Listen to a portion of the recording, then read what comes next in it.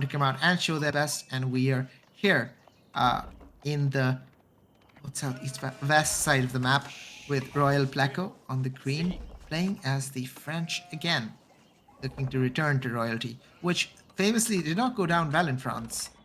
Yeah, fair enough. I mean, his name is Royal Pleco, so it makes sense. We do have his teammate, though, playing the Chinese only camps in the northish side. And against them is, well, Altair is back now. It's been circulated out, and Vortex is not playing this game, but he has his teammates. Altair here playing the Chinese, looking to take some shots onto Pleco. And his teammate, Alucard, playing the Abbasid. And, well, it's King of the Hill, baby. We're gonna see Barbican drops in the middle, 110%. If not, I'm actually going to be mad. Well, China is a very popular pick on this map for pretty much this reason, the ability to fortify the center with this big, hunky landmark early on. That said, I wonder what happens and if the game does get to that point, because there's an element of risk involved, obviously, when you send villages forward, and if both players are Barbican dropping, whoever loses the Barbican loses the game. It's like who has the most amount of hammers and who can idle the other one's hammer. And one thing, though, we probably should talk a little bit about it, actually, is King of the Hill in 2v2 and team games is actually a little bit different than 1v1. Normally, you actually don't have these gaps, like this gap, specifically speaking, and this gap. They are, in fact, gone, which are between the two teams, which does allow just one more opening for the map, and it's one more opening that has to be walled. There is still, though, this, if I remember correctly, there actually is the same amount of gold and stone in the middle. It's just divided by fewer, or by more players. So, taking control of the middle even more impactful. It always is, of course. We didn't really talk about the Abbasid, by the way. We just skipped them during the introduction. No, I said it was all a car on the Abbasid. And I see. honestly, I would be very surprised if it's anything but the military wing here. It feels like it's just... Explain this to me. Is there a reason you built the mill on the berries, but then go back to the sheep? Wheelbarrow. Like, yes, but you can build the mill later, right? I actually don't know. I wish I could tell you, but I do not play Abbasid. Maybe Dragovan if he's in. Okay. So interestingly enough, right? This is actually. Oh. I see. Okay, so that is. Where's the other gold? The other gold is like, not reasonably happen. I mean, the bar could go up. I don't see why not. I mean, no. Okay, I'm talking about the gold. Like you pull. No. This is a big gold vein. Yeah, sure, but there is a small gold vein behind. Yeah, that could theoretically tide Pleco on over. Not that one, but the one further away. He doesn't know about this. Yeah, it's gonna be a little bit of a shock when, an ancient sun temple starts shooting cannonballs at you. Where is the scout? Maybe? His scout is on the yellow.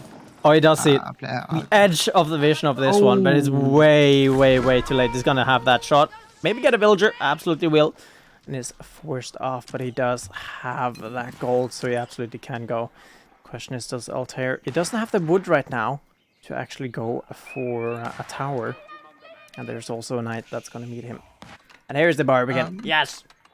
2 Barbican rushes! 200% correctness. That's how math works. Definitely. Pleco just didn't even attempt to take the other gold. Just said, okay, I'll take the gold behind.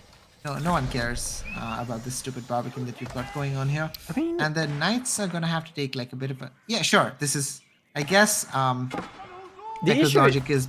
Yeah. Go ahead. Yeah, the issue is, right, he can just tower within the Barbican range and then he can... Exactly. Yeah, there's no point taking the risk. Just go directly to the back gold. You can deal with the Barbican later on. Sir, there's no risk. Well, maybe just in like the wolf. Behind this, the pretty standard eco wing 2TC start for a bus, I'm guessing. I expected a military wing, honestly. I'm a bit surprised. But we do have a knight here, though, from Pleco. Absolutely could look to do some damage here. I was about to click on the current resources, but people in my friends list are going into game on Steam. But here we go. We do have a lot of idle time, though, which is pretty huge, honestly, for the Chinese. Now we can just... Especially considering all you needed to do is run the knight past. Oh. And you still have the knight. It's like a magic trick. The other knight is... Okay. So on the center of the map, I see that only Camps is now taking gold. So this is pretty much stable, and you don't have to take gold in your base anymore. And the question really will be from the Devils, are they able to keep the center through the inevitable sacred site shenanigans that are going to end up occurring? Without too much feudal pressure, I imagine one of the options open for the players is for... Oh, I see. no. How long will this go unnoticed? Oh, this is on stand ground, so only Camps knows about this, is well aware. Oh, That's brutal. That is absolutely brutal. Honestly, it would have been worse. It would have been worse if the town center was actually started to being built and then you have to cancel it and the scout is then burning it. So it still gives room for Alucard to actually go elsewhere and build a town center, which it does do. He potentially actually might be looking to go 3 town centers here. So change of plans still or change of executional plans, the same plan still applies. 3 town centers. That's a scout, right? Or no, that was... I'm pretty sure that was a villager, because the scout is here. So interesting. Potentially look to actually go with that tower we're talking about. And now the wall is actually going to come up here. This is quite risky, I would say, from the real team, just given the fact that a knight can always just run through. It can actually... I would say it can run through... No, it can't run through there. Always can run around and get to the other side, so has to be very careful here. It seems more like a wall of convenience than a wall that really protects anything, given that it's between the 2 real teammates. That said, what's the status of Alucard? Is he on stone still? It does look like it, and he is, yes. Absolutely. So it's going to go 3TC. I guess the idea is to concede the center and then try and take it back. Potentially. I mean, the thing is, right, nobody actually is looking to go castle. We'll get... Oh. Okay, that was really close. But yeah, nobody's really looking to go castle here right now. Pleco might potentially be looking for it. Is going to have a bad fight here. It's really a fight if one person is running away. Okay, yeah, that's fair. Going to get mugged, more like.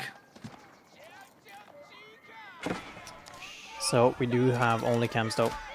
Spend a lot of gold, has a lot of gold that he can use. A lot of that is actually going to be funneled into those Shugnus that he is rallying down here. 2-range Zubnu always carry. Pleco is going to try and lure those spearmen into the Barbican in the center. And I wonder, is this real team's first glimpse, or did they observe this earlier? I don't know. They knew about it. If they know if that Barbican is there, and we do see here though the attempt at leapfrogging. It's a very long leapfrog, I would have to say.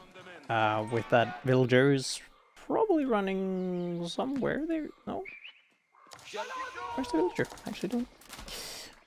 Maybe it was the dead villager that queued up the outpost. Potentially. So, yeah. That said, it is as French, you always get annoyed when you're raided by spearmen, and like in a 2v2, because generally you don't want to make any unit other than the knight.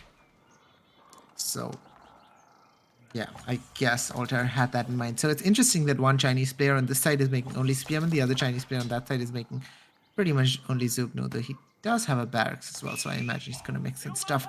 The question therefore becomes this weird sort of feudal conflict where Pleco can run back and forth because he has the mobile cavalry type unit, but Alucard cannot because he's on 3 town centers and kind of has to wait for those town centers to begin paying off. Yeah, and you can see, right, he really wants to have this position. It is berries, it's a boar that you can't take, but it is there as well. And now it's going to be met with a pretty large army, no siege engineering very shortly coming through as well. So we'll definitely be looking to shut down this position as much as possible. Yeah, it's quite awkward here for Alucard because he puts in so much res into this TC. If it just goes down now, yikes. And I don't know that he has the numbers to deal with this. He has... How many production buildings does he have, Cal? I can only say 2. Well, it's probably a little bit more than 1 barracks in the back here. Not really enough, I would say. I mean, it's because the Chinese well. also has 3 production buildings, is making superior units, and has, I assume, some level of supervision going on. But then I guess you're spending resources on rams, but the defender's advantage might bear out. 2 very interesting ones happening here. Lekko being pressured with rams also on this side. Has to, unfortunately, not be able to help out his teammate, but he'll have to pull the units back to try and defend the situation. However, Knights much better at defending against rams and sniping than archers. Not if they throw them away. Oh, all of them? All of them just avoided the spears. Very impressive, though. This ram micro now needs to be on point. Would not mind to see those spearmen just jump inside of the ram, but it's something that a lot of people don't practice. The other side as well, though, rams hammering down onto the town center now. It's not even going to be tried to kept alive, and that's a very forward position that Alucard just has to give up. The ram shut down, or the ram has been denied on the other side, and now it is... Let me see here, let's just do quick math here. That's over 700 resources just down the drain immediately. And I'm just gonna say it, I wouldn't expect it, but Onlycans could potentially look to actually sneak up these berries for himself now that they've been boosted up. Double ram as well. Berry's not being the best source of food though for non-Abbasid type I mean, there is a boar, there is there here. It's a very good position. That's true. Now, clash is gonna be happening. 1 ram has gone down. Orbican still firing down. I wonder if it's actually in range here. I do think you could get it in range of shooting on their school of cavalry, but I highly doubt it. But now we do see the archer change-up has come through, is able to produce those archers now, and that will shut down the push of Altair quite a lot. Push still happening here, though. No opportunity for the teammates to help each other, so they will just try their best to survive in a 1v1. Both Chinese players being on the aggressive here, but who can be the best aggressive player? And so far it does. The fact remains that the Abbasid player had multiple DCs, and the French player had the stronger power unit in terms of military. Kind of very philosophical here. I guess the biggest problem here is that there isn't the horseman type unit out, so you're just gonna have to fight these Ugno dead on. Absolutely have to. The Shogunus are again right. They're just melting through the archers. Some of the spearman is actually in fact inside here now. The villager pulse is coming through. In fact, going to go hard on 5 of the rams from only camps. They are forced back though. As the Shogunus, they're just firing upon them. The ram push is still existing. Nothing much actually happening here though. And now the main town center is actually under attack. There's no more production buildings on the front line, and all of them is on the back. So they're just going to be able to produce. Wouldn't kind of surprised. We don't see anything, we don't see any horsemen, and just a sheer denial and sheer fear of going into them in the entirety. There's more reinforcements. There's just more and more reinforcements coming in from all the camps here. The pressure has been alleviated so hard onto Royal Black on the other side, though. It is quite scary to look. And only camps behind all of this. Going up with the astronomical clock tower, making sure that his units are even stronger. Villagers going to be trying to put a last stand against these rams. Is looking to survive. Villagers still inside of that town center shooting down. The only thing that's really firing back on these Shogunus right now. The ram still looking to get on side. It's going to be killing those villagers, and that town center is long gone right now. Has to hop out. Has to evacuate. Insufficient wood as well. He's not able to keep up the repairs, so he really has to put away. And that is no more wood to actually produce any more units. And now, what is happening? Alter. Just not enough just on chilling. Altair's side. Like, real kind of disbalance here because, okay, yeah, you didn't pull your army back to defend your ally. You couldn't, right? Because, again, your ally just... The army is full of infantry, isn't mobile enough, and anyway is full of spears. So it's not that useful on the other side. Yeah, what is next for the real team? The recovery here, I think you really need to create options for counterplay. You need to be able to maybe hit only cams at home, find some way to beef up this attack on the left-hand side. Altar going up is his answer. And Alucard will just relocate, and I guess build more TCs, because that's what Abbasid players do. I mean, the thing is as well, right? He's going up with the Imperial Palace, which is a very interesting choice. I feel like if you just have a nest of bees that is able to shut down the Shogunus, it's your way back. But right now, I mean, Alucard, he's stuck in feudal. He is stuck here. He can't get up. He can't get anything more because the only thing that's really keeping him alive right now, or somewhat in this game, is the fact that there's a town center here that is able to produce some units. It's going to... I mean, he does have the food for it, and only camps as well, right? He's just pumping it right now in this Imperial Palace. It has been used, so they do know where the villagers are. That's the only thing. It doesn't even see all the way up, and one thing I do have to criticize only camps for: so much wood. Just put down a single monastery and rally that one Peko is out. gonna hit Alucard's villagers. Yeah. Oh. But yeah, a single. It's like a free raid. You get like both players for free. Yeah, look, they're just running this wall right now. It's just a hinder right now. There's nothing else. And now the palace guards as well. Just coming through. But what I wanted to say, a single monastery puts a lot of pressure. There you are. My sweet little monk. Just as I said, Sacred Site Timer is being captured, and it's just so much extra pressure. But now, the attack from the other Chinese player has come through. Knights will barely make it out before it is shut down, and, well, this might be the saving grace. It's probably, hey, Alucard, stay alive, don't die completely, because we're still able to do something here. But his base, still one town center, is actually able to defend against his rams completely undefended here. So for the time being, we'll stay alive. A lot of army here. That's a humongous number of archers. Like, they should be comfortably able to deal with both the archers, both the spears and the Zutnu. I'm a little surprised that Pleco has put off fighting this for so long. But maybe he was waiting, I imagine, for some upgrade to come through from the blacksmith, and is now more confident about taking this fight. Yes, he does have all his upgrades now, so it's a possibility, and will be able to comfortably clean this up. I think it might be more the fact that he doesn't need to take the fight. He doesn't need to. It's just about keeping Altar here on the edge, just keeping him where he is, and then just allowing... Ah, I see. Like a poker game. It's like, yeah, I can win the fight, but I don't need to tell you I can win the fight. Yeah, absolutely. Now you see what's happening. Altair.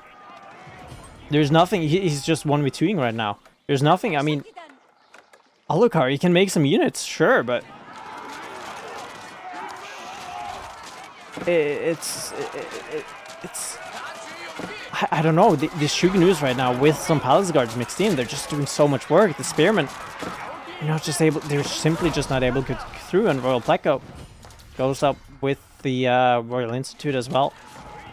But you do see, though, Alucard, he has been able to actually clean up both the main army and the reinforcements, but that timer still ticking behind all of this. I'm not too sure where we are right now. I would say maybe like 3 or 4 minutes in. Early? Yeah, somewhere around that. There's a long way to go before it becomes relevant. I would say somewhere around 27, 26 is on the game timers when we need to start worrying. The Barbican will be politely burnt to death by a bunch of French royals. And the This whoa, this could be bad. This could be really bad. Archers here though, very effective against the spearmen for the time being. Will be delaying this keep going up. Now those knights taking out a lot of the production, or the forward production I should be saying. It's actually going to be splitting up and trying to take down the villagers though. If that keep does go up, it's going to make the life a lot harder for the 7TC team. It's going to be forced off of though with those palace guards on the front side. In the mean side. Oh, whoa! Double mining. Sharing is caring. Now we do have those knights. You're free to reign, free to do whatever they want.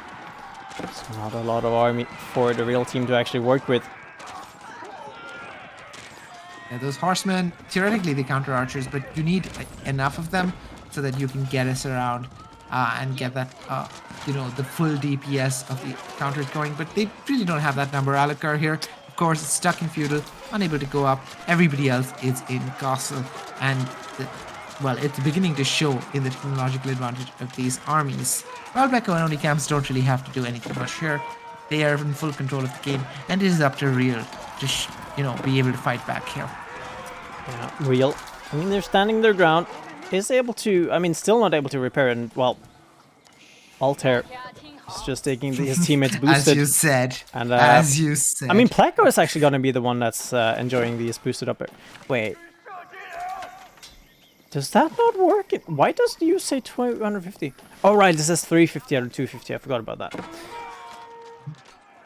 Small details. And somehow this archer mass still alive on the backside, just taking out the villagers that's farming up. It's not even farming with a granary anywhere in sight, so... How many villagers is Alucard on? There it is. Okay, 0. That's the game. Wow, what a game we've just witnessed.